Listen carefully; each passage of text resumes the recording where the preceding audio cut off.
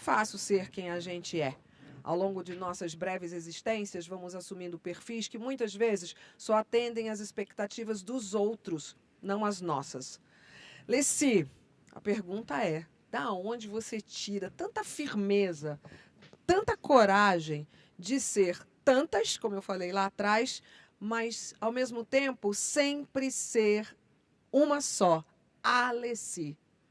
Veja bem, Astrid, eu tenho que falar, não posso deixar de começar esse nosso bate-papo, reafirmando que tudo que acontece de bom na minha vida, eu devo a uma mulher, né, que agora está nos braços de Deus. É Dona Leci. Dona Leci de Assunção Brandão, que eu sinto muita saudade dela. Né? Ela se foi ano passado, né? Ela foi ano passado não, que eu nem senti esse ano passado passar, ela foi em 2019, com 90, ia fazer 97 anos. E tudo que eu aprendi, eu sempre digo que o fato de eu estar, por exemplo, hoje eu estou numa casa legislativa desde 2010 e sou uma pessoa entre aqueles 94 parlamentares que tem lá, que talvez tenha assim o conhecimento, né, a formação intelectual, talvez a minha seja a menor, porque eu não tenho diploma universitário, né, não me formei, enfim. E a maioria das pessoas que tem lá fizeram direito, economia, administração, medicina, engenharia, tudo. E a minha universidade foi a universidade da vida. E quem me deu a universidade da vida foi minha mãe. Eu sempre pauto as minhas coisas com 6 palavras. Essas 6 palavras é que sempre sublinharam, né, as minhas coisas, que é bom dia, boa tarde, boa noite, com licença, por favor e muito obrigada. Essas 6 palavras estão sempre comigo. Né? Eu sou uma pessoa que tenho muita necessidade de respeitar. Eu respeito toda e qualquer pessoa. Né? Eu não consigo entrar no lugar sem pedir licença, eu não consigo pedir nada a qualquer pessoa dizendo, olha, muito obrigada, por favor. Né? E quem trabalha comigo, quem lida comigo, sabe que isso é uma coisa muito, muito normal. Né? Eu sei que eu sou muito simples, eu sei que às vezes sou até chamada a atenção pelo fato de não ter um comportamento diferente, né? Comportamento, por exemplo, de autoridade na questão parlamentar e na questão artística, eu nunca fui deslumbrada, porque a minha caminhada foi uma caminhada de muita luta, de muita dificuldade, né? Afinal de contas, eu, com muito orgulho, sou filha de uma mulher que foi servente de escola. Eu morei em 3 escolas públicas do Rio de Janeiro. Morei na Escola Equador, depois morei na Escola Arthur Azevedo, na Pavuna, e, finalmente, na Escola Nicarágua, em Realengo, lá na Avenida Santa Cruz.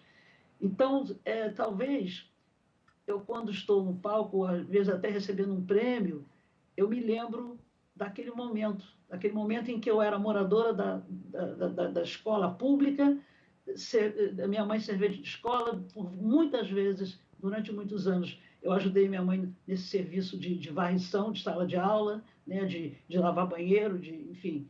É uma coisa que eu acho que forjou, né, a minha vida, sabe, o trabalho, a dificuldade que eu tive para conseguir o primeiro emprego, porque eu não entendia que aquele anúncio que tinha no Classificados precisa-se de um bolsa de boa aparência, eu não sabia que aquilo ali significava dizer que eu não podia ser negra. E eu chegava nos lugares, né, para fazer concurso, fazer prova, passava nas provas, mas eu era sempre reprovada num tal de psicotécnico.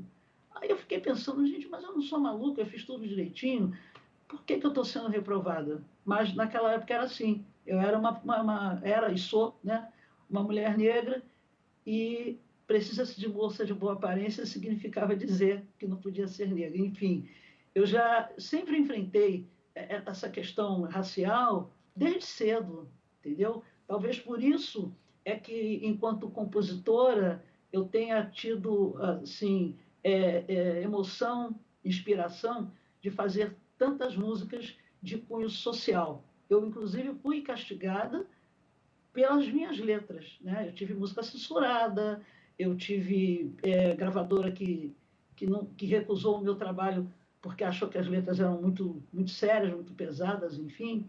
E por isso até que a gente fala com muita tranquilidade que hoje muita coisa que está em pauta na mídia, muita coisa aí que as influenciadoras falam, muita coisa que é discutida hoje pelo movimento negro, pelos movimentos sociais, eu já falava isso lá nos anos 70. E eu fiquei pensando também o seguinte, enquanto te escutava, que esse lance de ter que se impor o tempo todo, né, como você comentou, que desde os anos 70 essa era a sua identidade, era o que você pensava e que colocava para fora, ter que se impor o tempo todo, né, e se colocar, é desgastante, não é? Esse estado de alerta constante, isso tem um custo psíquico, eu acho, e emocional. Tem que ser muito forte para aguentar isso, né? O que vocês acham, gente? Sabe o que ela acha primeiro? Leci, manda aí, o que você acha? Veja bem, eu sou muito natural, né? Tudo que acontece comigo é de forma muito natural. Eu não forço a barra de, semana que vem eu vou fazer um samba. Não é assim. Eu posso fazer um samba passando um café, como eu posso fazer um samba. Já fiz muito samba dentro de ônibus, né? Já fiz samba dentro de avião, já fiz samba dirigindo carro, enfim. Depende muito do momento. Por isso que eu digo que é uma coisa que vem lá de cima e que eu agradeço, que eu me preparo para fazer música. Tem que mexer com a minha emoção, entendeu?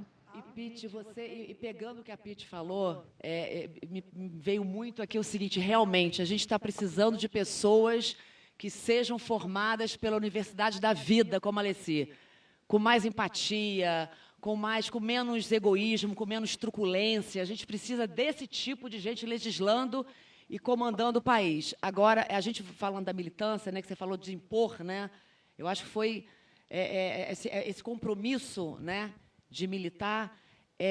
Eu tenho uma experiência muito pessoal na minha vida, vocês sabem, né, que eu nasci vivendo uma militância.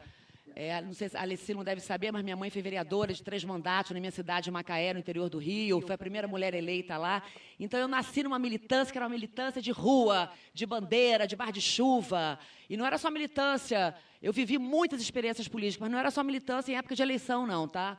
Até porque militância é um compromisso permanente. Sua mãe continua, né, na militância? Sempre, sempre. É uma militância sempre. E eu sempre apoiei causas femininas. Causas feministas, né, de diversas formas, e diversas causas, postando, ajudando financeiramente. E eu me questionava, será que eu sou uma simpatizante ou uma militante? Né, eu sempre ficava pensando, porque como eu sou de uma referência dessa militância, né, de rua, de bandeira, eu sou militante. Porque eu acho que a militância ela começa quando você é tocada por uma causa. Você, quando se sensibiliza por uma causa, você está a um passo da militância. A partir daí, você abraça essa causa e você parte para a ação. Então, assim, por exemplo, hoje, a minha mãe, ela continua super militante do partido dela, mas não frequenta nenhuma reunião de partido, mas ela está lá militando nas redes sociais dela diariamente, fortemente. Então, tem várias formas da gente militar.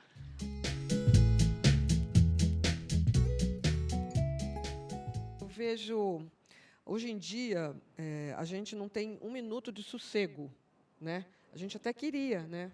Respirar, falar umas besteiras, tal, mas não dá. A gente não pode, a militância não pode descansar. Não descansa. Você se sente cansada, às vezes, sinceramente? Sim. Uma exaustão que, às vezes, eu fico muito comparando. É muito bonito esse ponto de vista que a Alessi trouxe para a gente, da naturalidade. Porque acho que o fato de ser... nós somos mulheres, então a gente já nasce militando, só por ser mulher, pelo nosso direito de existir. E a gente sabe que as mulheres negras... tem uma frase que a Isa falou uma vez que eu me identifiquei muito. Só de eu ser uma mulher negra e estar calada no horário nobre, eu já estou dizendo muito. Então, acho que é muito isso também, da gente... Às vezes, a gente nem quer... O que mais me cansa, Astrid, é a cobrança. Sim. Quando acontece alguma coisa. Mas você não vai se posicionar, você não vai postar, você não vai falar, porque hoje a gente sabe que essa palavra, que é uma palavra tão importante, ela está sendo muito banalizada, né? A palavra militância está sendo extremamente banalizada e eu acho que é muito importante a gente entender o sentido do que é militância. Uma pessoa...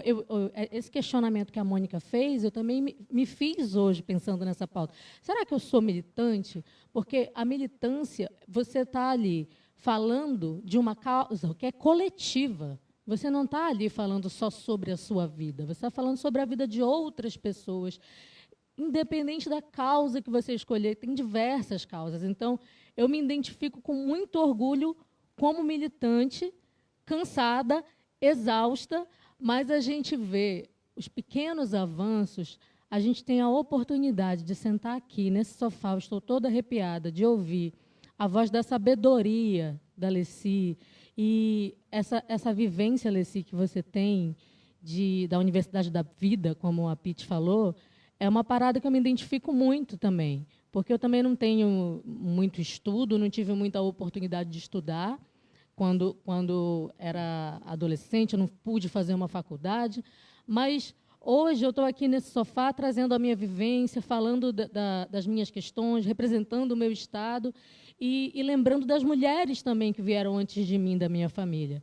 Então, eu fico muito emocionada de ver a sua sabedoria, a sua inteligência, e eu fico aqui, caramba, que mulher, e que simplicidade, como é linda a gente ver essa sua simplicidade, essa sua naturalidade.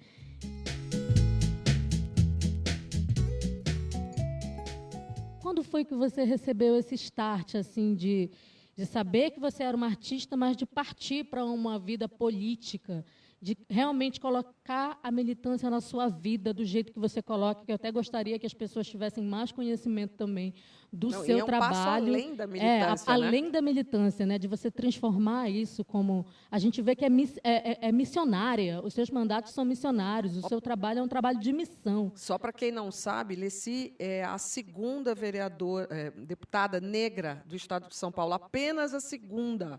Ela se elegeu ao primeiro mandato em 2010, né? E a primeira foi Teodosina, né? Teodosina de Barros, né? Doutora Teodosina. Doutora Teodosina foi a primeira. Teodosina. Lá atrás, só em 2010 veio Leci. Então, a pergunta é boa, porque é uma decisão muito difícil você aceitar essa missão, que isso é mais do que militância, é missão, né?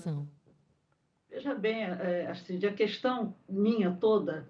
elas vêm de uma forma de Deus, né? De Deus, dos orixás. Eu sempre friso isso, até porque com a religião que a gente gosta e que a gente atua, é a religião de matriz africana, que é tão perseguida, inclusive, no nosso país, assim, eu fui convidada, né, em 2009, pelo Orlando Silva e o Netinho de Paula, ambos do PCdoB, foram eles que levaram essa ideia para o meu empresário, né, e grande amigo, meu pai em São Paulo, que é o Osmar Costa. E quando o Osmar me ligou, falando que queriam que eu fosse candidato a deputado, eu falei, Osmar, eu estou com a minha carreira, sabe, graças a Deus aí, estou tocando, não sou o primeiríssimo lugar de nada, não sou celebridade, mas tenho ainda força para cantar, para me apresentar, enfim. Eu não estou querendo saber desse negócio, não. Eu falei para ele, não vamos continuar a conversa porque eu não estou afim. Aí as pessoas começaram, mas Leci, você já faz política com as suas músicas, você defende A, defende B, defende C, traz pautas diferentes, sempre foi uma mulher ousada, corajosa, enfim. Aceita sim, como é que você não aceita? Falei, não, eu não quero me meter nisso. E aí, eu estou até adiantando a minha história, eu fui procurar, né, o lugar que eu me reencontrei na música, né, em 85, eu fiquei 5 anos sem gravar nesse país. Houve um momento, eu fiquei de 81 até 85, e teve um momento que eu fiquei assim muito depressiva, muito triste, sabe? Achava que jamais eu iria voltar a gravar. Foi quando, por causa da minha mãe, eu fui parar lá em São Gonçalo, né, ali perto do Porto Novo, Porto da Pedra, mas foi no Porto Novo. E conheci uma senhora que também já está em outro plano, com certeza, no céu, que foi Dona Alice, e ela tinha uma entidade, né, Caboclo Rei das Ervas.